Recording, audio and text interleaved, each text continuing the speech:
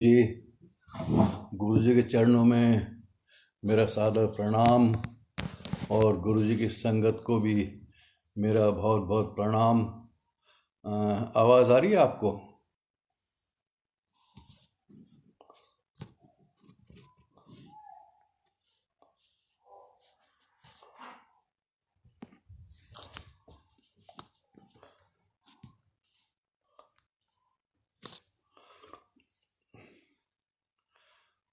गुरु जी के साथ जो है बहुत ही अनुभव रहता है, बहुत ही सुंदर रहता है, बहुत ही मधुर रहता है, बहुत अच्छी अच्छी यादें रहती हैं।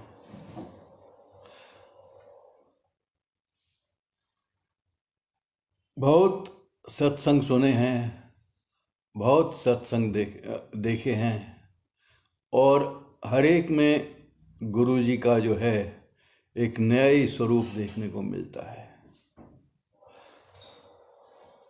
गुरु जी को हमने मानव रूप में देखा है। वो इस धरती पर अवतरित हुए थे, कहते थे मैं शिव नहीं महाशिव हाँ। विश्वास नहीं होता था, बहुत मुश्किल से विश्वास होता था, उसमें समय लगा हमको।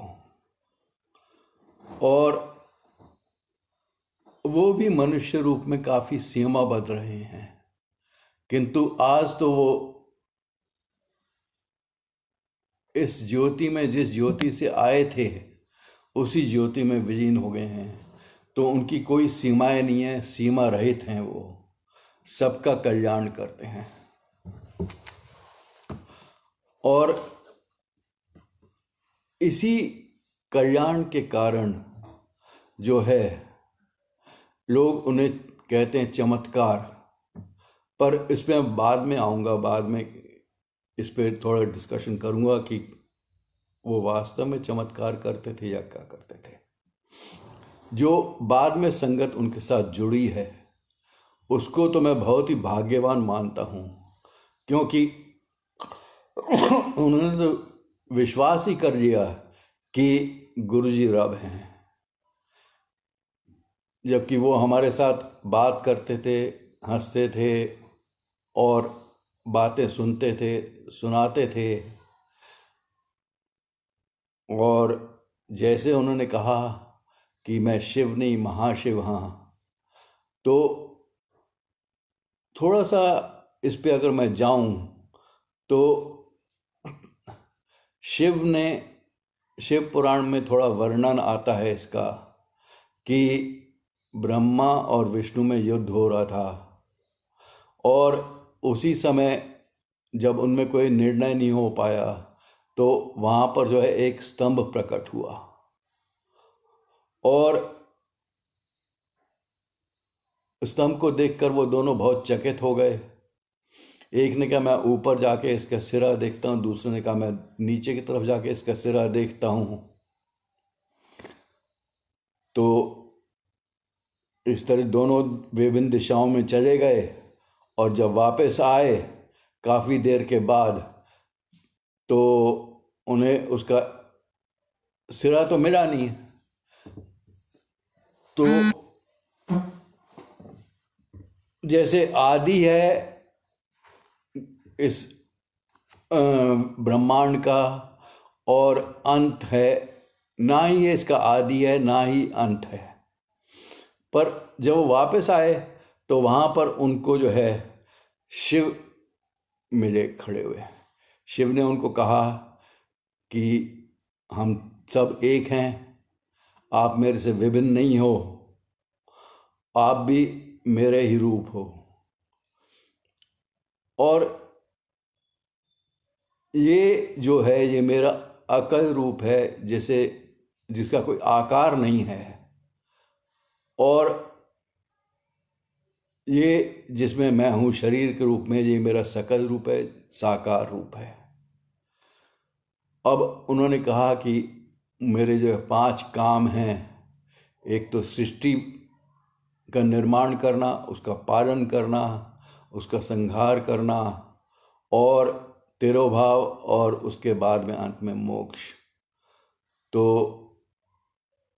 ब्रह्मा और विष्णु ने उनकी पूजा कर रहे थे, हाथ जोड़ के खड़े हुए थे, तो उन्होंने ब्रह्मा जी को कहा कि मैं आपको सृष्टि के निर्माण का कार्य देता हूँ, और विष्णु को कहा मैं आपको सृष्टि के पालन का कार्य देता हूँ, और सृष्टि के संहार का कार्य उन्होंने कहा मैंने रुद्र को दिया है, और तिरोभाव का कार्य जो है मैंने महेश को दिया है। पर मोक्ष का जो है कार्य जो है वो मैं अपने पास रखूंगा, और ये किसी को और को नहीं मिलेगा। तो इससे ये तो स्पष्ट हो जाता है कि वो ही इस ब्रह्म के रचयिता हैं, पालन करता हैं, संहार भी वही करते हैं, मोक्ष भी वही दिलाते हैं, और आत्मा का जो है वास्तविक रूप भी वही दिखलाते हैं। वही इस ब्रह्मांड के कर्ता धर्ता सब कुछ वही हैं। कहते हैं कि हर एक गैलेक्सी का एक, या सोलर सिस्टम या गैलेक्सी का एक जो है शिव ब्रह्मा विष्णु हैं, पर ब्रह्मांड के जो हैं महाशिव महाब्रह्मा और महाविष्णु हैं। मोक्ष प्राप्ति के लिए जो है हमारे कर्मों का बैलेंस जो है वो 0 होना चाहिए, पर हम इस शिव ने ही इस ब्रह्म की रचना करी, शिव ने ही इसका निर्माण किया, इसका पालन किया, और उनका जो है इस से ये उनका समझना जो है थोड़ा मुश्किल हो जाता है कि उनके जो कार्य जो थे वो कैसे करते हैं और क्यों करते हैं। पर फिर भी हमारे सनातन धर्म के जो धर्म ग्रंथ हैं उनमें इसका काफ़ी विस्तार से वो वर्णन मिल जाता है। पर वास्तविक रूप में शिव ये काम करते हैं, ये जो है, और स्पेशली मानव रूप में गुरु जी ने जब जन्म लिया, अवतरित हुए इस पृथ्वी पर, तो उन्होंने ये काम किए। ये हमें बहुत, जैसे कहते हैं टिप ऑफ द आइसबर्ग है बिल्कुल। वह सर्वद्रष्टा हैं, सर्वज्ञाता हैं, सर्व विद्यमान हैं। उनका सबसे पहला इंटरेस्ट जो है वो इस जगत के कल्याण में है, इस जगत में जो रहते हैं उनके कल्याण में है, और जगत की माया की रचना भी उन्होंने ही करी है, और माया का जो है रूप जो है उन्होंने ही बनाया है, जिसमें हम आज लिप्त हो गए हैं। इस वास्तविक रूप में, और हम उन्हीं में से प्रकट होते हैं और बाद में उन्हीं में विलीन हो जाते हैं। इसी को शायद जो मेरी समझ में आता है आत्मा और परमात्मा का मिलन है। तो आत्मा का वास्तविक रूप जो है दिखाना जो है वो गुरु जी ने उसी के लिए हमारे बीच में जन्म लिया। क्योंकि एक और वर्णन आता है कि ब्रह्मा जब सृष्टि की रचना कर रहे थे तो उन्होंने कहा कि मानव को जो है, जो यहाँ के रहने वाले हैं इन जगतों के, उनकी जो है उनको मैं इमॉर्टल अमरत्व कर दे देता हूँ। तो शिव ने कहा नहीं, उनको अमरत्व देने की ज़रूरत नहीं है, उनको बीच बीच में जाके मैं धरती पर जाकर जो है वहाँ पर उनको उनका वास्तविक रूप उनको दिखलाऊंगा और उनका उद्धार करूंगा। तो गुरुजी का जो है गुरुजी का जो कार्य रहा है वो भी इसी से संबंधित रहा है। उन्होंने जो है हमें जो है हर तरह से प्रयास किया कि हमारा वास्तविक रूप वो दिखाएं। मैं कौन हूँ? मैं वो नहीं हूँ जो इस माया जाल में लिप्त होकर जो है यहाँ के भोग करने के लिए इस धरती पर आया हूँ, मेरा जन्म इसलिए हुआ है। अंत में तो आत्मा को परमात्मा से मिलना ही है और उसी को शायद मोक्ष प्राप्ति कहते हैं। भक्त की भलाई के लिए अब गुरुजी को जो भी करना पड़ा वो करा उन्होंने, और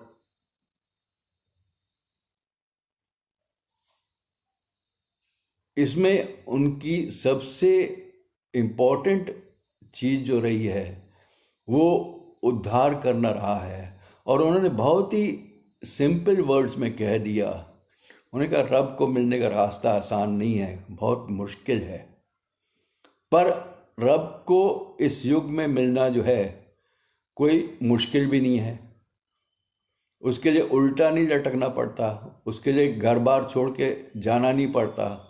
गुरु ने कहा बीच में, उन्होंने कहा कि परिवार ही सबसे अच्छा यूनिट है। पति पत्नी से प्रेम करे, पत्नी पति से प्रेम करे, दोनों मिलकर अपने बच्चों को संभालें, बड़ा करें और उनको अच्छा ट्रेनिंग दें जिससे वो बाकी की मदद कर सकें। एक दिन रात की बात है जब उन्होंने पूछा वहाँ पे उपस्थित लोगों से कि धर्म का क्या अर्थ है, what is the meaning of religion. जब कोई जवाब नहीं दे सका तो गुरुजी ने धारा प्रवाह हिंदी, संस्कृत, अंग्रेजी, अरबी में सब ग्रंथों से जो मेन ग्रंथ हैं उनसे कोट करके दे दिया। जैसे कुरान से बोल दिया, अपने वेदों से बोल दिया, बाइबल से कोट कर दिया। और उन्होंने कहा कि जब उन्होंने ये ख़त्म किया तो उन्होंने पूछा कि कुछ समझ में आया, तो सब ने अपना सिर हिला दिया, नहीं। तो गुरुजी हंस पड़े और फिर बोले कि कोई बात नहीं है, मैं बताता हूँ। पहली बात, सब धर्म जो हैं वो एक हैं, किसी में कोई फर्क नहीं है, फंडामेंटली सब एक हैं।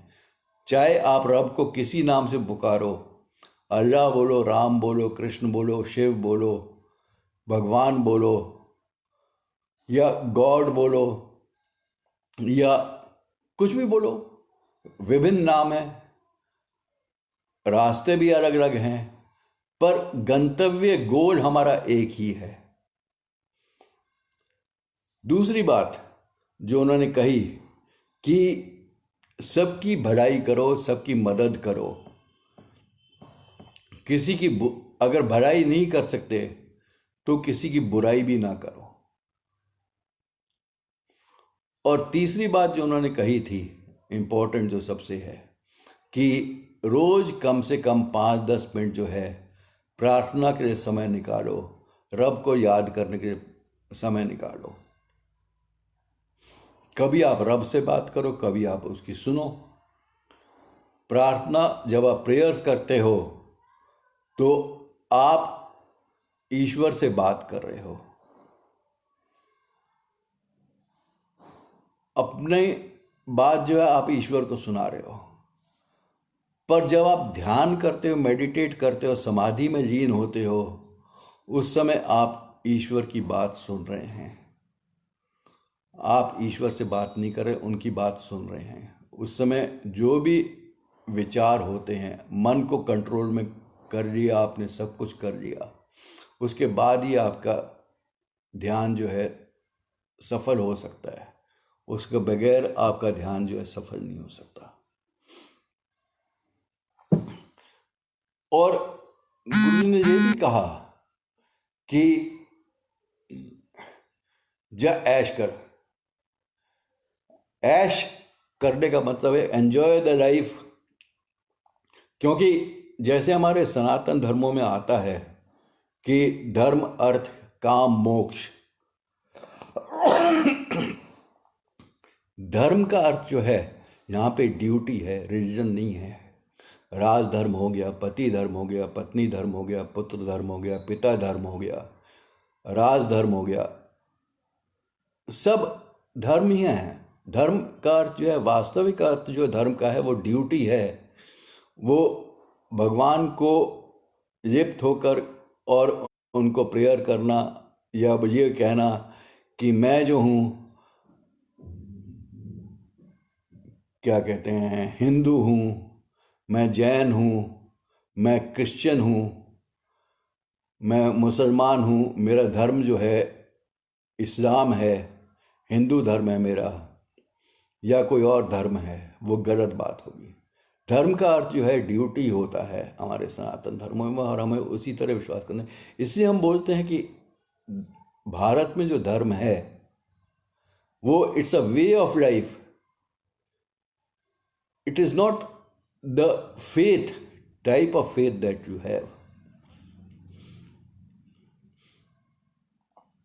और अर्थ जो है एंजॉयमेंट से रिलेटेड है। जा ऐश कर इसी आशय में बोला जाता था कि enjoy the world to the extent you can, क्योंकि हमारे मन में कामनाएं होती हैं। कामनाओं को अगर दबा दिया जाए तो मनुष्य प्रेशर में रहता है, परेशान रहता है, पर अगर उनको पनपने दिया जाए तो वो एंजॉयमेंट कर सकता है, वो अपनी ड्यूटी जो है और सक्सेसफुली निर्वाह कर सकता है अपनी ड्यूटीज का। और उसके बाद जो है, जब कामनाएं आपकी पूर्ण होती हैं, आपके मन में कोई कामना नहीं बची है, आपने अपने धर्म का पूरी तरह निर्वाह कर लिया है, निभा लिया उसको पूरी तरह। आपने इस लोक के पूरे अर्थ जो हैं, अर्थ का मतलब आंसर नहीं, अर्थ का मतलब एंजॉयमेंट, मेटीरियल थिंग्स, उनको जब आपने एंजॉय कर लिया तो आपके पास क्या बचा? सब कुछ तो पूरा हो गया। उस समय आत्मा को जो है उसका वास्तविक रूप क्या है, ये जो है परमात्मा में आई और परमात्मा में ही विलीन होना है इसको, इसलिए उसे कहते हैं परम आत्मा, परमात्मा।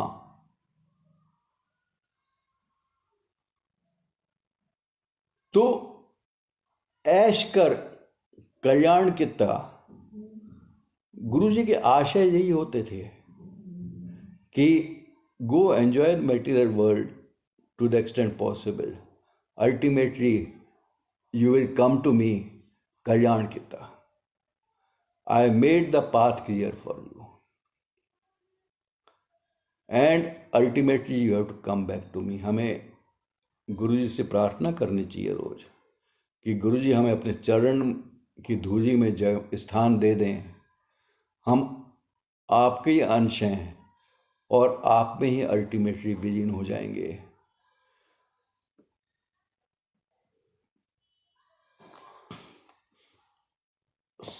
और मैंने अनुभव किया है कि गुरुजी के पास पहुंचना, उस महाशिव के पास पहुंचना, उस परमात्मा के पास पहुंचना कोई सरल बात नहीं है। आपने में से आपने बहुतों को बताया होगा गुरुजी के बारे में, आपके वार्तालाप में, अपने आपस के फ्रेंड्स में, रिलेटिव्स में बताया है, पर उनमें से कितने लोग जो हैं गुरुजी के पास पहुंच सके,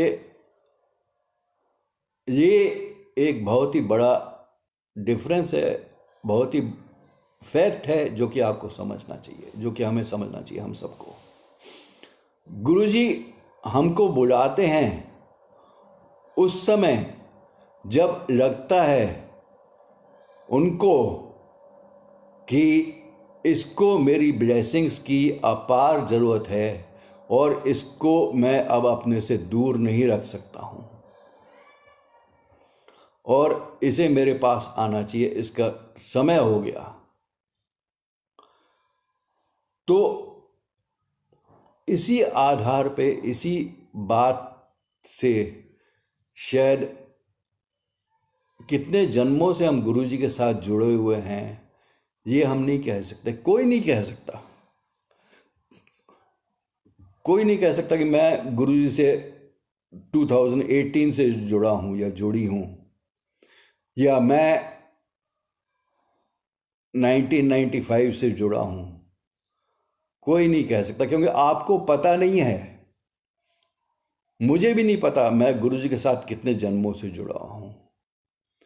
पर इस जन्म की जरूर मैं बात कर सकता हूं कि गुरु जी ने मुझे अपने चरणों में स्थान दिया 1985 में, जब मुझे कर्नल चैटर्जी ने पहली बार गुरु जी का इंट्रोडक्शन दिया।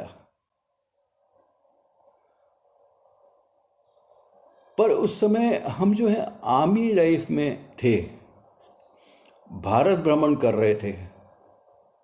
आई मीन ऐसे नहीं कि भारत के विभिन्न स्थानों को देख रहे थे, हमारी पोस्टिंग जो है देश में कहीं भी हो जाती थी, चाहे वो नागालैंड हो, कश्मीर हो या साउथ में हो। तो जैसे पोस्टिंग्स होती थी हम उसमें मूव कर जाते थे। तो गुरुजी से पास रहने का सौभाग्य, सानिध्य जो उनका है वो हमें नहीं मिल पाया, पर यदा कदा जो है उनके समाचार जरूर मिलते रहे कि गुरुजी जालंधर में हैं। उसके बाद वो पंचकुला चले गए, उसके बाद फिर शायद जालंधर गए, फिर दिल्ली आए। तो पर समय आया, कई लोगों को तो उन्होंने बुलाया जब वो लोग जो है काफ़ी तकलीफ में थे, जब उनको कोई आंसर नहीं मिल रहा था अपने प्रश्नों का। जैसे बोलते हैं कि कोई बहुत ही बीमार था और उस समय वो गुरुजी के पास पहुंचा, तो वो गुरुजी के पास उस समय नहीं पहुंचा, गुरुजी ने उसे अपने पास बुलाया है, चाहे माध्यम कोई भी रहा हो। किसी के बोलने पर जो है गुरुजी ने बुलाया, या उन्होंने गुरुजी के बारे में कहीं से सुना और वो पहुंच गए गुरुजी के पास। तो हमें भी पता लगा कि गुरुजी अब पास में हैं, और जीवन हमारा नॉर्मली चल रहा था। जो normally up and down life में रहते हैं वो थे हमारे भी, और हम जो हैं गुरु के पास पहुंच गए। कोई विशेष डिफिकल्टी नहीं थी, सिवाय इसके कि मैं उस समय तक आर्मी छोड़ चुका था, सिविल लाइफ कॉरपोरेट वर्ल्ड में काम कर रहा था, वहाँ से भी आखिरी जॉब जो मेरा निकल चुका था, शायद कोई जॉब नहीं था उस समय पर कोई ऐसी बात नहीं थी, ऐसी कोई मुश्किल नहीं थी परिवार की या जीवन की जिसका सॉल्यूशन हमें जो है ढूंढना था, और कोई ऐसी कठिनाई भी नहीं थी। पर गुरुजी ने हमें अपने पास बुला लिया और हम गुरुजी के पास पहुंच गए, और गुरुजी के चरणों में जाते ही वो देवत्व का अनुभव हुआ, वो डिविनिटी का अनुभव हुआ, जो कि शुरू में तो नॉर्मल लगता था पर बाद में इतना सुंदर लगता था कि हर रोज हम उन खिंचे हुए उनके पास पहुंच जाते थे। कई संगत को इंस्ट्रक्शंस थे कि आप 15 दिन में एक बार आना, कुछ को इंस्ट्रक्शंस थे 21 दिन में एक बार आना, कुछ को था कि हर फ्राइडे को आना। पर गुरुजी का आशीर्वाद ही कहिए कि हमें जो है ऐसा कोई इंस्ट्रक्शन कभी नहीं मिला, और हम जो है रोज ही उनके पास पहुंच जाते थे, रोज वहाँ पे जाके लंगर ग्रहण करते थे, चाय ग्रहण करते थे। सॉरी, उस समय जो गुरुजी के टाइम पे चाय प्रसाद को चाय कहते थे, सिर्फ प्रसाद का नाम जो है गुरुजी के चोला छोड़ने के बाद आया है, उससे पहले उनका सिर्फ चाय या लंगर वगैरह ही हुआ करता था।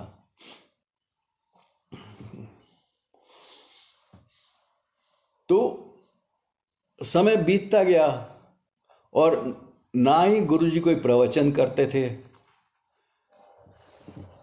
कहते थे प्रैक्टिकल करके दिखाना है। He used to believe in practical things.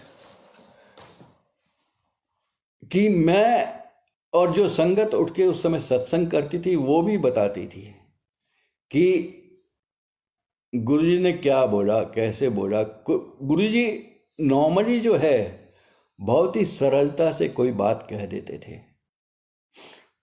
कुछ बातें जो हैं सबके लिए होती थी, फॉर यूनिवर्सल एप्लीकेशन। कुछ बातें जो हैं सिर्फ उसी को के लिए होती थी जिसको उन्होंने संबोधित किया है। अब जैसे उन्होंने कहा लोटा ले आई। अब लोटा ले आई का मतलब ये थोड़ी है कि लोटा पूरी संगत लोटा लेके पहुंच जाएगी उनके पास। वो सिर्फ उसी के लिए होता था, उसी संगत के लिए होता था जिसको उन्होंने बोला कि लोटा जाना।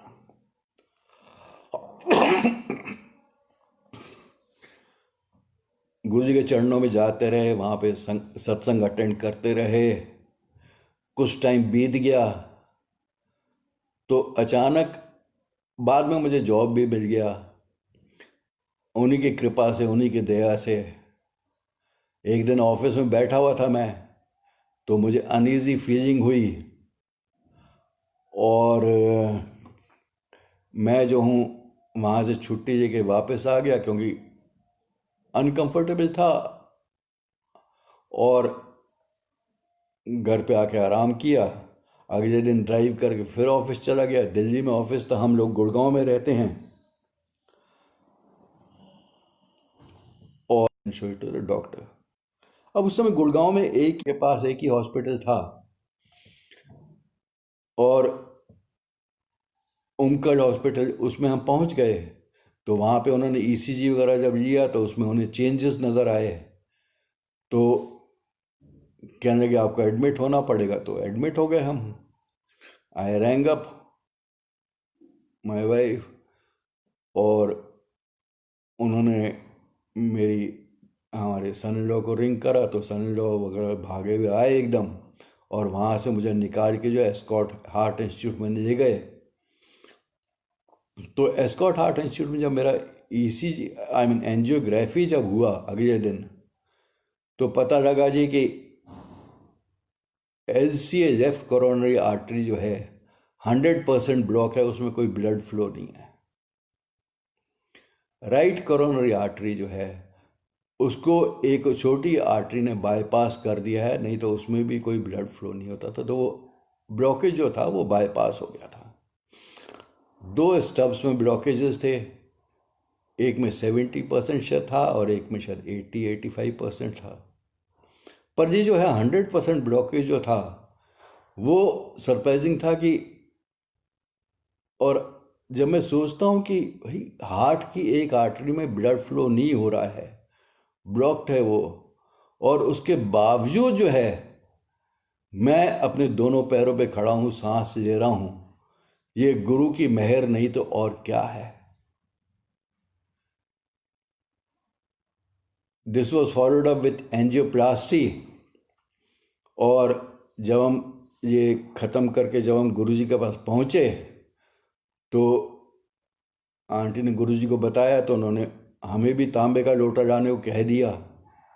और उसमें से जब लोटा लेके उनके पास पहुँचे तो उन्होंने लोटा अपने मुंह के पास ले गए, मेरा डेट ऑफ बर्थ शायद पूछा था, और उसके बाद जो उन्होंने कुछ मंत्र वगैरह उसमें बोला, अभिमंत्रित किया, उसे ब्लेस किया और उस लोटे को दे दिया हमें वापस। उसमें से आधा रोज जो है रात को धोकर जो है उसमें रात को पानी भरना था, और आधा सुबह उठ के आधा जल जो है पी लो आप गिलास में डाल के, और बाकी आधा जो है नहाने के पानी में मिला के उससे स्नान कर लो। पूरा पानी जो है आप नहीं पी सकते, पीना नहीं चाहिए, क्योंकि एक आंटी का मैंने सत्संग सुना था जहाँ पर उन्होंने बोला कि मैं पूरा पी गई थी और उसके बाद उनकी तबीयत काफ़ी ख़राब हो गई थी। तो जब गुरुजी को बताया, गुरु ने कहा कि आधे को पीना है, आधे से स्नान करना है, बाकी आधे से। और जहाँ तक उसको धोने का सवाल है, डिटर्जेंट कभी उसमें इस्तेमाल नहीं करना है, राख या नींबू से उसे धोना है रोज अच्छी तरह, और जल उसमें रोज ताज़ा भरना है। ये नहीं कि पहले का कुछ बचा हुआ जल आप इस्तेमाल कर लें, कुछ ऐसा। लोटा जो है अपनी ही कमाई से खरीदा हुआ होना चाहिए। अगर आपने किसी को लोटा लाने को बोला है तो उसको उसके पूरे पैसे दे दीजिए, ये जरूरी है। यानी उधार में मत लाइए लोटा, ऐसा कुछ नहीं करना है। तो उसे पीकर जो है पीना चलता रहा हमारा। अब इसी हेल्थ इश्यू में मुझे एक बार और याद आई, किसी ने गुरुजी से पूछा था कि गुरुजी ऐसा क्या है कि, क्योंकि गुरुजी को देखा था हमने कि गुरुजी जो हैं डायबिटीज़ कभी बर्फ़ी बांटते थे, डायबिटीज़ वालों को एक्स्ट्रा बर्फ़ी मिठाई मिलती थी, कड़ा प्रसाद बांटते थे तो उनको एक्स्ट्रा कड़ा प्रसाद मिलता था, और हार्ट अटैक वालों को वो शुद्ध घी के समोसे 6-6 खिला दिया करते थे। कैंसर, अगर किसी को थ्रोट का कैंसर, उसको मिर्ची का अचार खिला दिया। तो पूछा उनसे, गुरुजी क्या है कि आप डायबिटीज़ किसी की तो एक दिन में आप ठीक कर देते हो, और किसी की डायबिटीज़ ठीक करने में आपको टाइम लगता है। आपको नहीं, मतलब सॉरी, कि किसी की डायबिटीज़ ठीक होने में टाइम लगता है। तो गुरु ने कहा कि ये श्रद्धा की बात है, फेथ की बात है।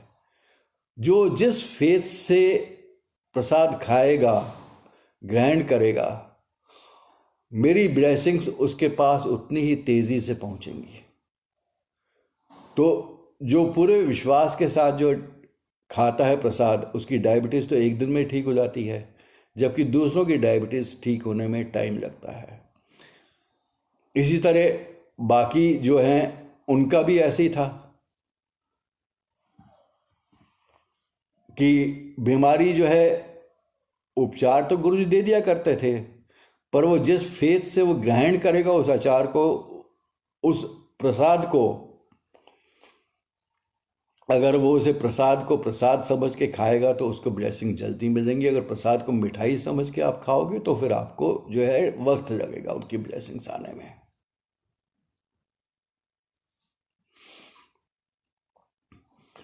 अब ये हमारे कर्मों पे भी निर्भर करता है। गुरुजी जो हैं, हमारे कर्म जो है धीरे धीरे जो है उसे ख़त्म कर देते हैं। कहते हैं कि 10% कर्म जो है हमें खुद भोगने पड़ते हैं। जैसे किसी को अगर बहुत गहरी चोट लगनी है, बड़ी चोट लगनी है, या उसका बहुत बड़ा एक्सीडेंट होना है, तो हो सकता है छोटी मोटी चीज़ से जो है उसका वो परिवर्तन हो जाए, और बाकी जो है कर्म जो है वो गुरुजी नष्ट कर देते हैं। और क्योंकि हमें वो इस जीवन और मृत्यु के चक्र से जल्दी से जल्दी निकालना जो है उनका प्रयास रहता है, तो जो कर्म जो हैं हम इस जन्म में पूरे करने थे, उन कर्मों के अलावा जो आगे के जो कर्म हमारे कर्म बैंक में हैं, उनको ख़त्म करने के लिए गुरुजी जो हैं वो कर्म भी शायद इसी जन्म में हमसे कटवा देते हैं।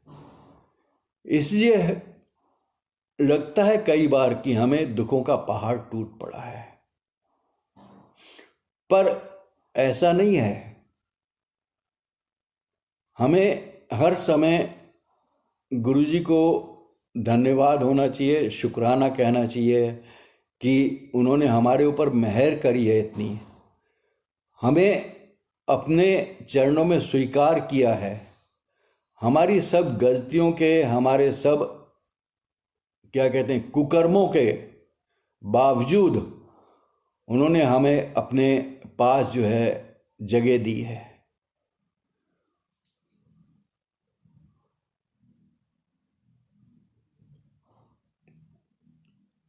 और इसी से जो है, पर जितने भी कर्म हैं वो हमेशा हमारे साथ हैं, वो हमें उस करेज देते हैं। अगर वो मुश्किलें भी अगर उनकी तरफ से आती हैं तो वो हमें उससे निकालने का मार्ग भी जानते हैं। एक बार उन्होंने कहा, एक संगत को कहा कि मैं जो हूं नहीं चाहता कि अगले जन्म में अगर आपको लेना पड़े किसी भी बुरे कर्मों के साथ जो है वो जन्म लेना पड़े। मतलब कहने का ये है कि जितने भी अपने बुरे कर्म हैं उनको नष्ट करके आप क्लीन स्लेट के साथ वो जन्म लोगे, जिससे कि वो उसका जो है फल जो है आपको भोगना ना पड़े।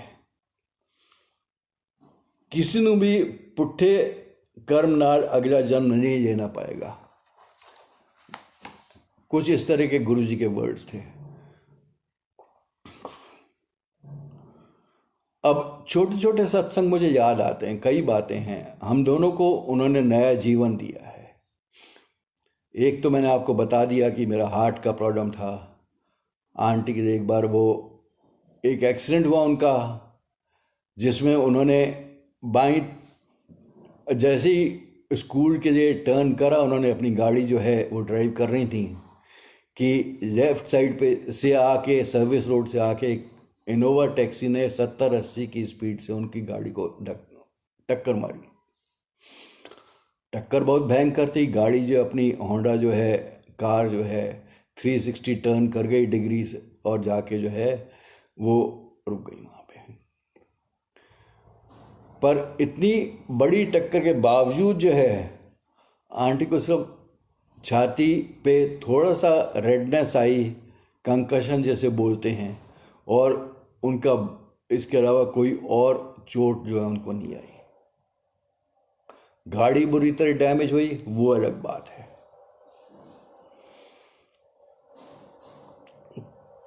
मुझे जो है लास्ट ईयर 2 फॉल हुए, तो उसमें जो है पहले फॉल में एक रिब का हेयरलाइन क्रैक हुआ था और दूसरे फॉल में इंटरनल ब्लीडिंग शुरू हो गई और जिसका पता नहीं लगा हमें। अगले दिन मैं बाज़ार चला गया, वहाँ पे मुझे ब्लैकआउट हो गया और दुकानदार वगैरह उठा के वहीं पे शॉपिंग कॉम्प्लेक्स में एक डॉक्टर के पास ले गए। जब वो डॉक्टर का ख़त्म हुआ चीज़ जो है, उसके बाद मैं वापस आया और घर पे बीपी चेक किया तो इट वाज 80/30, जबकि नॉर्मल बीपी जो है 130/80 रहता है, कुछ ऐसी रेंज में। मेरा तो खैर 120/80 के आसपास रहता है। पर उस दिन जो बीपी ड्रॉप होके इंटरनल ब्लीडिंग इतनी हुई थी कि बीपी ड्रॉप करके 80/30 हो गया था। मतलब लोअर बीपी का जो लेवल था वो 30 हो गया था। लोग विश्वास नहीं करते, डॉक्टर भी विश्वास नहीं करते थे। जब उनको बताया मैंने, कहने का उसके बाद जिंदा कैसे रहा तुम? गुरुजी की मेहर है और क्या है, यही कहूँगा मैं। गुरुजी ने साथ रहे। अब गुरुजी साथ रहते हैं, आपको अनुभव नहीं होगा कि गुरुजी आपके साथ हैं, पर जब भी जीवन में, जब भी जिस क्षण आपको जरूरत पड़ेगी, वो उनका हाथ जो है, उनकी छत्र छाया जो है वो आपके ऊपर आ जाएगी। आपको बचा लेंगे, वो आपको उस सिचुएशन से निकाल लेंगे वो हर समय। और ये नहीं, बार बार इसका अनुभव किया है, बार बार ये देखा है।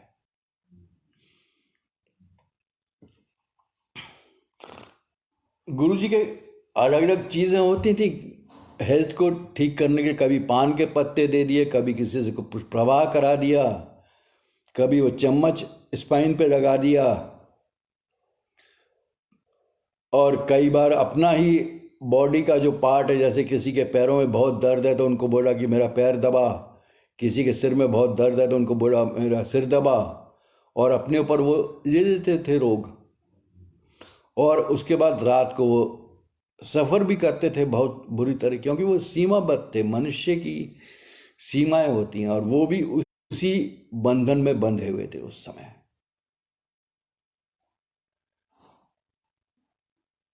गुरु ने कहा भी मेरा तो कोई वो नहीं करता। और आज भी जब मैं, कम से कम मैं जब प्रार्थना करता हूँ, मैं तो यही कहता हूँ, गुरु जी आपने जो किया हमारे लिए वो बहुत है। शायद हम इतना डिजर्व भी नहीं करते थे, उससे कहीं ज़्यादा आपने दिया है। और प्रार्थना है कि आप भी सदा प्रसन्न रहें हमसे, सदा सुखी रहें, सदा संतुष्ट रहें, और सानंद में रहें। गुरुजी हमसे संतुष्ट रहें, हम हमारे कर्म ऐसे हों कि हम उनको संतोष दे सकें। एक बार तारकेश्वर जा रहे थे, वहाँ पे जो है रास्ते में पता लगा जी, मतलब नीडल जो है फ्यूल गेज की जो है आधी थी, यहाँ से दिल्ली से लैंसडाउन पहुँचते पहुँचते आधा ही कंज्यूम हुआ। मैंने कहा बहुत बढ़िया, इसने वो दे दिया माइलेज, इतना ऐसा अच्छा माइलेज तो कभी दिया नहीं गाड़ी ने।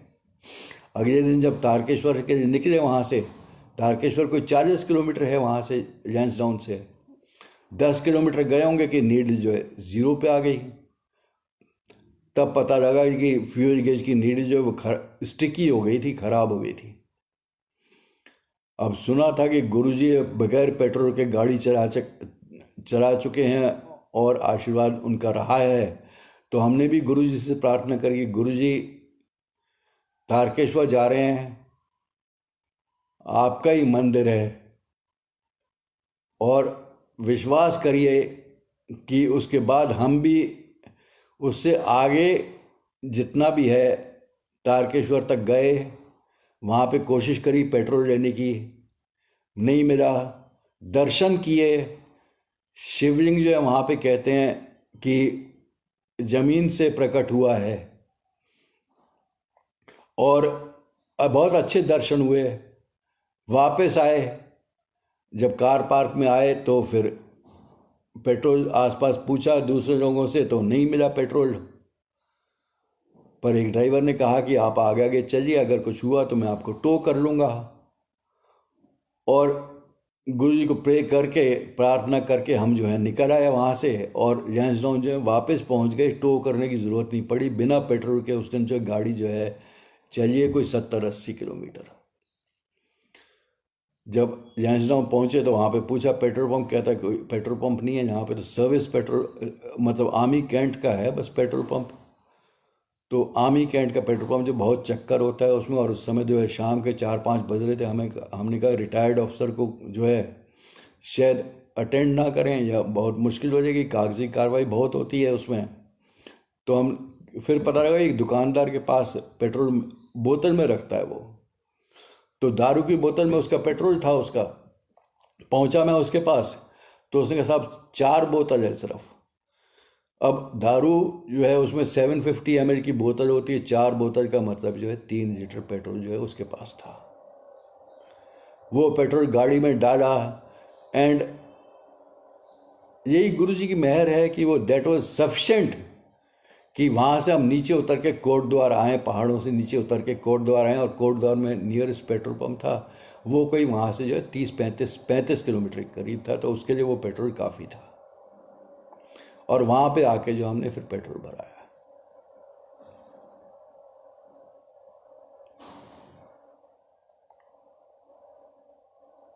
सत्संग मुझे याद आ रहे हैं, डिस्कनेक्टेड हैं, डिसजॉइंटेड हैं, क्षमा कीजिए, कोई सीक्वेंस में नहीं है।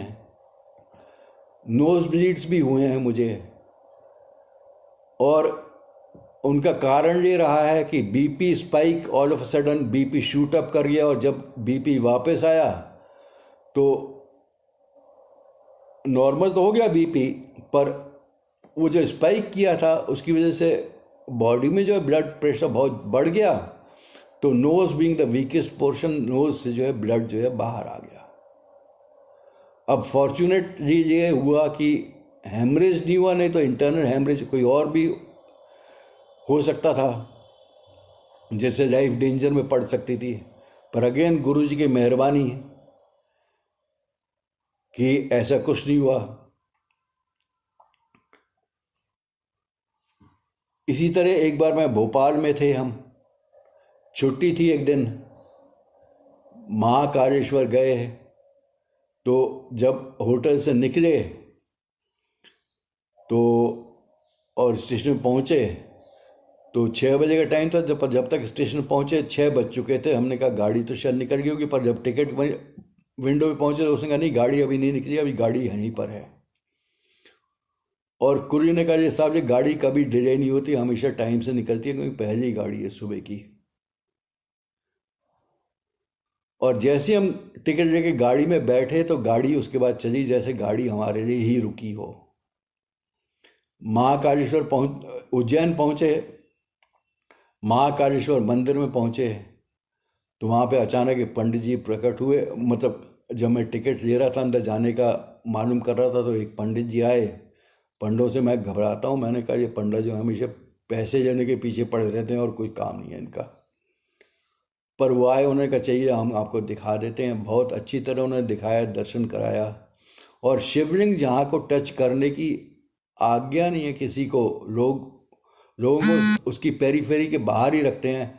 उन्होंने मुझे कहा आप अंदर जाइए और मुझसे जो है पंचामृत स्नान कराया शिवलिंग को, दूध से, दही से, घी से, शहद से, हर एक चीज़ से। और वो अगेन मैं बोलूँगा कि गुरुजी की ब्लेसिंग ही रही है कि ऐसा जो कि परमिट नहीं करते हैं वो उन्होंने कराया मेरे से। आज भी मुझे वो याद आता है। वो छोटी छोटी बातें जो हैं, गुरुजी हमेशा उसमें हमारे साथ रहते हैं, हमारी मुश्किलें हमेशा दूर करते रहते हैं।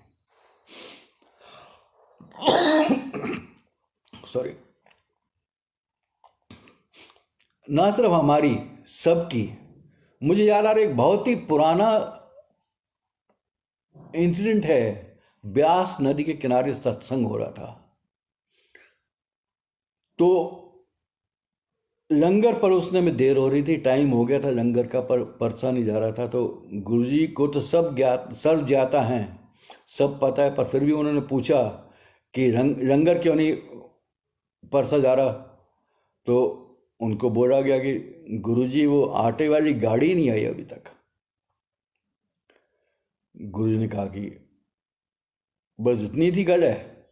गुरुजी लंगर में गए, वहाँ पे उन्होंने अपने हाथ से जो है फटाफट ऐसे ऐसे ऐसे करके फुलके निकाले और लंगर परसना शुरू हो गया। सबको जो है वो दिव्य प्रसाद मिला, गुरुजी के हाथ का बना हुआ फुलके मिले सबको। और जब लंगर खत्म हो गया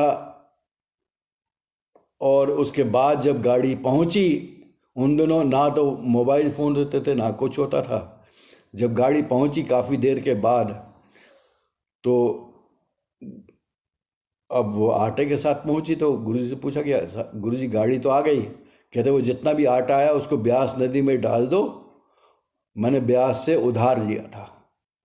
और पूरा पूरा आटा जो है वो ब्यास नदी में बहा दिया गया। कारण लॉजिक इसका मत समझिए, क्योंकि गुरुजी ने हमेशा कहा है कि जब बाहर जूते निकाल के जाते हो तो जूता घर में अपनी इंटेलिजेंस भी वहीं पे छोड़ के आ जाओ, यहाँ पे उसका कोई काम नहीं है। और वास्तव में गुरुजी के पास पहुंचकर जो है कोई लॉजिक इफ एंड बट नहीं चलता है, उसके बगैर ही हमें करना पड़ता है। नेचर को गुरुजी कंट्रोल कर लेते हैं, प्रकृति को कंट्रोल कर लेते हैं। और ये आप जो दिल्ली में रहने वाले हैं, कई बार आपने, पता नहीं कितनों ने नोटिस किया है कि जब मंदिर के बड़े फंक्शन होते हैं, उस दौरान जब बड़ा फंक्शन का टाइमिंग होता है, उसके आगे पीछे बारिश हो रही हो, पर उस टाइमिंग के दौरान जो है बारिश नहीं होती है।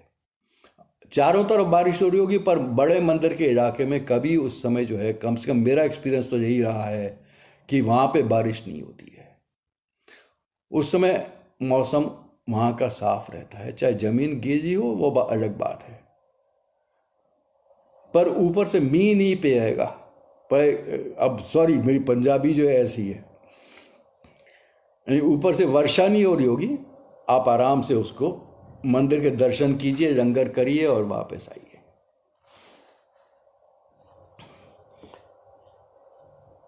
जयपुर फोर्ट में महाराजा भवानी सिंह के साथ गुरुजी बैठे हुए थे।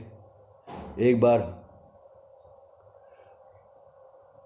भवानी सिंह जी ड्रिंक पी रहे थे अपना दारू, बारिश हो रही थी मूसलाधार, तो बोला कि गुरुजी ये क्या बारिश हो रही है, मौसम ऐसा हो रहा है। कहते इतनी सी बात है, गुरुजी ने अपनी उंगली घुमाई और बारिश बंद। इस तरह गुरुजी जो है प्रकृति को कंट्रोल करते हैं। अभी मुझे लग रहा है कि शायद जब गुरुजी यहाँ पे भी संगत में जब बैठा करते थे, जिस समय उनके दिन होते थे, तो जहाँ पे उनकी संगत होती थी, एम्पायर स्टेट में या जीके पार्ट 1 में या जहाँ भी है, उस समय वहाँ पे बारिश नहीं हो रही होती थी, बारिश रुक जाती थी उस समय। उस दौरान जो है बारिश नहीं होती थी, मतलब कहने का। एक दिन एक और उनकी गुरुजी का जो कृपा है वो नजर आती है साफ साफ। एम्पायर स्टेट में संगत में बैठे हुए थे हम सब लोग, अचानक एक डिवोटी ने जो ऊपर जाने वाले स्टेयर्स के पास जो थे, उनके ऊपर से, उनके सिर पे आके ऊपर से गमला गिरा। काफी जोर से आवाज हुई थी और चोट भी काफी आई होगी। और उसके बाद जो है, थोड़ी देर बाद जो है कुछ हलचल हुई और उसके बाद सब शांत हो गया। बाद में आंटी ने बताया कि बाहर 2 आदमी आए थे जो कि कह रहे थे ये हैं, इनको लेके जाना है। और गुरुजी जो हैं बाहर आए और उन्होंने उनको बोल दिया, जी मेरी शरण में, इसको अभी लेके नहीं जाओगे, कहीं लेके नहीं जाओगे। उन्होंने कहा इसका वक्त पूरा हो गया, इसे हमें लेके जाना है। तो उन्होंने कहा नहीं, अभी ये मेरी शरण में कहीं नहीं जाएगा। अब ये बात जो है, आप बोलेंगे कि गुरुजी गद्दी से उठ के आए, नहीं, ऐसा नहीं था। गुरुजी जो है अंदर गद्दी पे बैठे हुए थे और ये बाहर जो है वार्तालाप जो है बाहर हुआ, सीढ़ियों के गेट के पास या सीढ़ियों के पास, उस तरफ हुआ। तो मेहर पता लगती है गुरुजी के कहां कहां तक वो अपने जो उनकी शरण में रहते थे उनका ध्यान रखते हैं।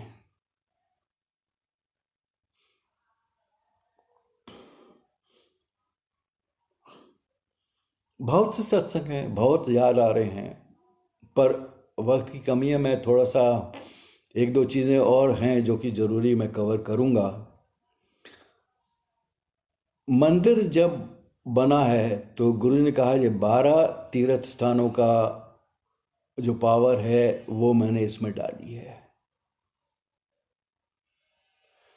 और 12 तीर्थ स्थानों से मैं तो अर्थ समझता हूँ कि 12 ज्योतिर्लिंगों का जो है शक्ति समावेश इसी मंदिर में है, और कहीं जाने की ज़रूरत नहीं है। इस मंदिर में जाके उस सब का जो है श्रेय जो है आपको मिल जाएगा।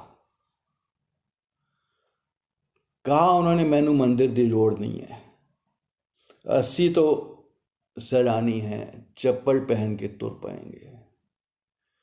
ए मंदिर में संगत वास्ते है, ए सजदी थां है, मैनू इथे रोज नए नज़ारे दिखाने हैं। एक दिन ऊपर दे शिवलिंग विचों दूध प्रकट होएगा, गंगा इनू नहलाएगी, ये गुरु जी के वर्डिंग्स थे बड़ा मंदिर के बारे में। मंदिर ते सोना नहीं है, कल्याण अधूरा रह जाता है। जिन्नी वारी संगत विच आओगे बैठोगे उन्नी वारी तुआने पुट्ठे लेख सीधे हो जाएंगे। प्रसाद के बारे में जब बोला उन्होंने बोला इस प्रसाद विच मेरी ब्लैसिंग है। यह प्रसाद सिर्फ आज दे वास्ते नहीं, 25 साल आगे तक तुहानू उस दे नाल ब्लैस कर सकता है। प्रसाद को बहुत ही श्रद्धा पूर्वक ग्रहण करिए। मंदिर के जो 5 स्टेप्स हैं वो हमारे जो 5 शत्रु जिसे कहते हैं, काम, क्रोध, मोह, लोभ, अहंकार, इनको वो रिप्रेजेंट करती हैं। इन पर विजय पाकर आप ऊपर मंदिर के प्लेटफॉर्म पे जा रहे हैं। कोई ज़रूरत नहीं है इस तरह जो है हर एक स्टेप पे करने की। अगर आपको काम, क्रोध, लोभ, मोह, अहंकार को पूजने की ज़रूरत नहीं है, उनसे विजय प्राप्त करके सिर ऊंचा करके चलिए उन स्टेप्स पे और आगे बढ़िए। ऊपर जब आप पहुंचते हैं मंदिर में, हॉल में जब आप पहुंचते हैं तो वो आपकी ऊर्जा देने वाला सबसे बड़ा स्थान है। मंदिर में कोई प्रार्थना या वो करने का स्थान नहीं है, वहाँ पे ऊर्जा ग्रहण करने का स्थान है। आपको एनर्जी मिलती है। आप गुरु जी के पास जब भी जाएंगे, किसी भी सत्संग में जाएंगे, कहीं भी जाएंगे, गुरु जी के फोटो के सामने भी उनसे जब बात करेंगे, आप जब वहाँ से हटेंगे तो एक नवीन ऊर्जा लेके आप हटते हैं वहाँ से। आपकी थकान जो है मीलों दूर, कोसों दूर भाग जाती है, जिसे बोलते हैं हिंदी में कोसों दूर भागना तो कहते हैं उसे।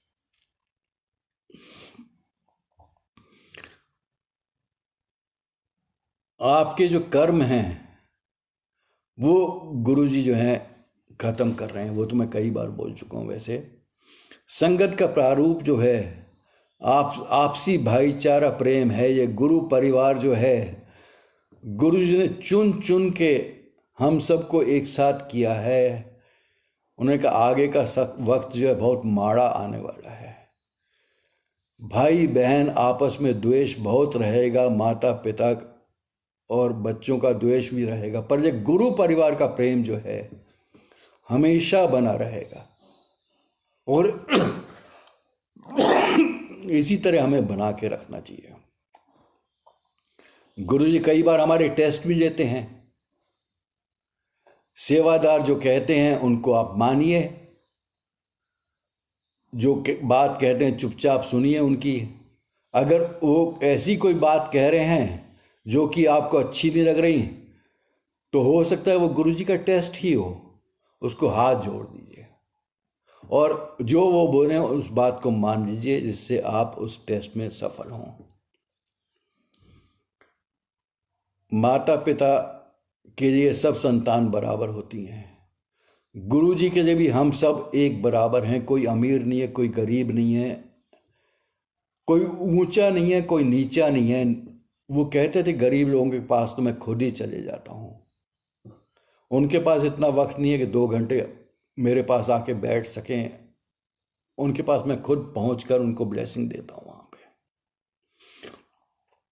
अपने सब कर्मों के लिए क्षमा याचना हमेशा मांगिए, भूलिए मत। इवन उन कर्मों के लिए जिनको आपको पता नहीं है कि आपने बुरे कर दिए होंगे। अनजाने में हम बहुत से कर्म ऐसे हैं जो कि बुरे कर देते हैं। हमें पता नहीं होता कि वो हमने किसी का बुरा कर दिया है, पर आपको अपने सब कर्मों की जो है क्षमा याचना मांगनी है। सांसारिक बुराइयां महमों से वो हमको दूर रखना चाहते थे। व्रत के वो खिलाफ थे। कोई व्रत नहीं रखना चाहिए अनलेस वो अपने हेल्थ के पॉइंट ऑफ व्यू से हो। लेडीज नाराज हो जाएंगी मेरे ख्याल से कि करवा चौथ हालांकि गुरुजी सरगी देते थे करवा चौथ पे, पर उन्हें एक संगत को यही भी बोला था कि तुम्हारे हस्बैंड का ख्याल तो मैं रख रहा हूं, तुम्हें क्या जरूरत है व्रत रखने की। Don't be shocked, it is there. हुआ था और मुझे बताया गया, मतलब आंटी ने बताया था मुझे कि नहीं, उस दिन के बाद जो है हम लोगों ने व्रत रखना छोड़ दिया है, क्योंकि गुरुजी देख रहे हैं सब कुछ। Guruji is taking care of everything. अपने शरीर को कष्ट देने से कोई रब नहीं मिलता।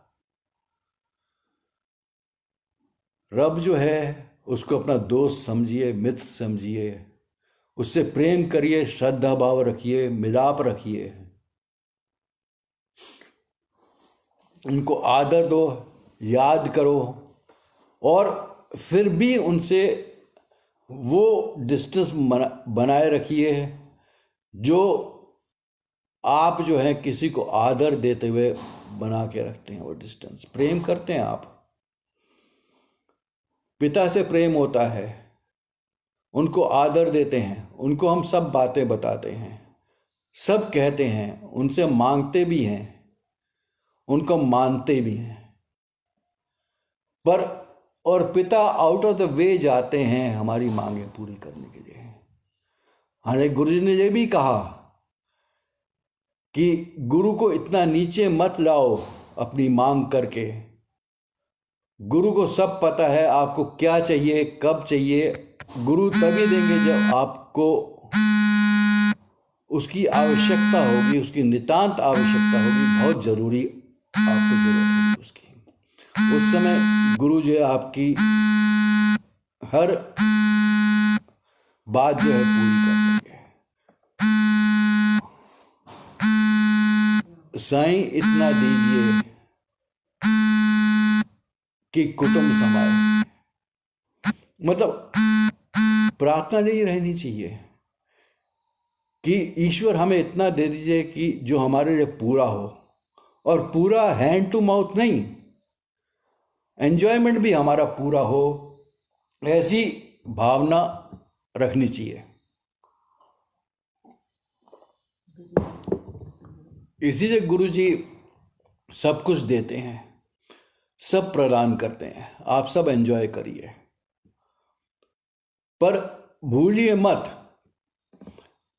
कि गुरु आपके साथ हैं, वो हमेशा आपके साथ रहेंगे। चाहे आपको महसूस हो ना हो, एक बार उन्होंने हाथ पकड़ लिया, वो उस हाथ को कभी नहीं छोड़ेंगे, चाहे आपको उसमें विश्वास हो ना हो। गुरु जी आपको विश्वास दिलाते रहेंगे कि मैं हूं, तुम्हारे साथ हूं और हमेशा रहूंगा। आप उनको प्रेम करिए, श्रद्धा भाव रखिए, उनसे आदर करिए, वो भावना उन पे बनाए रखिए।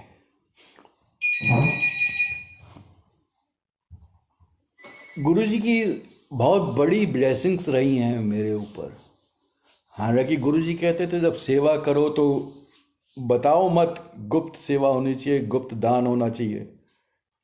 पर ये पर्टिकुलर बात जो है मैं इसलिए बता देता हूँ, जो गुरु जी ने एक बहुत बड़ी सेवा मुझे बख्शी थी। 2006 में जब गुरु जी को तो सब पता था, और उन्होंने कुछ संगत को जो है अपने सत्संग लिख कर लाने के लिए कहा। कई संगत तो सत्संग लिख कर ले आई, कुछ के इंटरव्यूज हुए, कुछ ने रिकॉर्डिंग करके डिस्क वगैरह दे दी, और वो सब जो है उन्होंने एक हैं जीतू अंकल, जितेंद्र पंत, उनको दे दिया करते थे। तो गुरुजी के चोला छोड़ने के बाद जो वो कंपाइल हुआ, और वो लाइट ऑफ डिविनिटी के फॉर्म में जो है हम सब के सामने आई। आपको ये समझना चाहिए कि ये गुरुजी के चोजन वर्ड्स हैं, चोजन संदेश हैं, उनके चुने हुए संदेश हैं, जो कि हम सबको फॉलो करने के लिए हैं। ये उनका सबसे बड़ा ग्रंथ है। बाद में सौभाग्यवश गुरु जी मेरे स्वप्न में आए और उन्होंने बोला संगत में घूमते हुए कि एनु दे दू ऐ करूँगा। तो सौभाग्यवश मुझे बाद में पूछा गया कि लाइट ऑफ डिविनिटी का अनुवाद कर पाओगे हिंदी में, क्योंकि हमारे देश में जो है अंग्रेजी बहुत कम लोग समझते हैं, हिंदी की मांग हो रही है कि ये ग्रंथ अगर हिंदी में होता है तो बहुत अच्छा रहता। तो अब मैं तो यही कहूँगा कि गुरुजी ने मेरे साथ रहे हैं उस समय जब मैंने उसका अनुवाद किया है, हिंदी ट्रांसलेशन किया लाइट ऑफ डिविनिटी का, और जैसे गुरुजी ने चाहा वैसे ही वो हुआ है। गुरुजी का संदेश है, सबके पढ़ने के लिए है, फ्री ऑफ कॉस्ट है, और इस हिंदी ट्रांसलेशन का नाम जो है दिव्य आभा है। अंग्रेजी में लाइट ऑफ डिविनिटी, हिंदी में दिव्य आभा। दोनों ग्रंथ जो हैं फ्री ऑफ कॉस्ट, कोई पेमेंट नहीं है, फ्री डिस्ट्रीब्यूशन के लिए अवेलेबल। दिव्य आभा तो है, लाइट ऑफ डिविनिटी आजकल अवेलेबल नहीं, जब भी प्रिंट होगा वो फिर अवेलेबल हो जाएगी। तो जिसको चाहिए वो एडमिन से अप्रोच कर सकते हैं, और फिर मेरे पास जैसे ही आ जाएगा तो फिर वो मैं दे दूंगा उनको जिनको चाहिए होगी। है उसके बारे में 2-3 बातें ज़रा ध्यान रखिए कि एक तो जिसको हिंदी समझ नहीं आती प्लीज़ दिव्य आभा मत दीजिए, किसी और को पढ़ने दीजिए, उसको लाभ हो जाएगा। जिनके घर में लाइट ऑफ डिविनिटी और हिंदी अंग्रेजी दोनों आती है, अगर लाइट ऑफ डिविनिटी आपने पढ़ दी है तो फिर दिव्य आभा को पढ़ने की आवश्यकता नहीं है। एक ही बात है, वो सिर्फ हिंदी में है, वो अंग्रेजी में है। अगर घर पे सजा के रखनी है, जैसे रामायण और गीता हम अक्सर सजा के रख देते हैं, तो again please don't take it, let someone else be benefited. तो ये अगर 3-4 बातें आप याद रखें और उसके अनुसार अपने दिव्य आभा की रिक्वायरमेंट दें, तो I will be grateful and I will be too happy to give it to whoever wants it.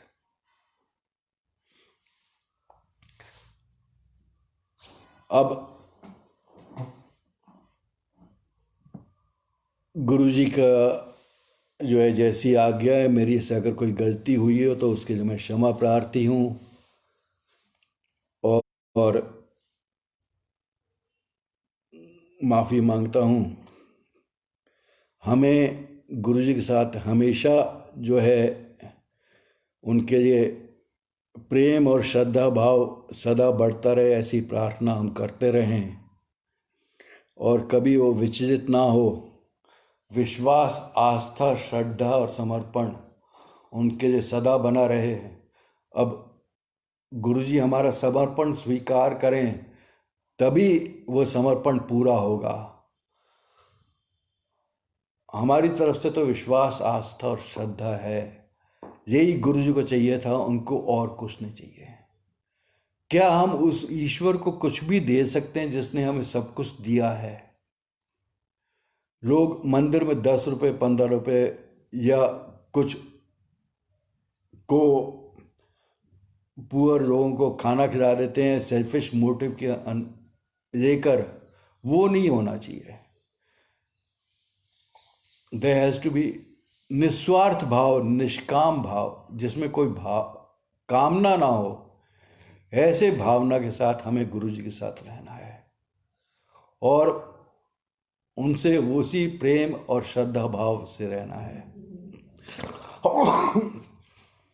यही हमारी प्रार्थना है। संगत को मेरा बहुत बहुत धन्यवाद है, उन्होंने इतना पेशेंटली सुना, और आई होप कि गुरुजी ने जो चाहा वो मैं बोल सका। अगर कोई गलती हो गई तो गुरु देव मुझे क्षमा करें, और अगर कभी और मौका मिला तो will try and cover up more. जय गुरुजी, शुक्राना गुरु।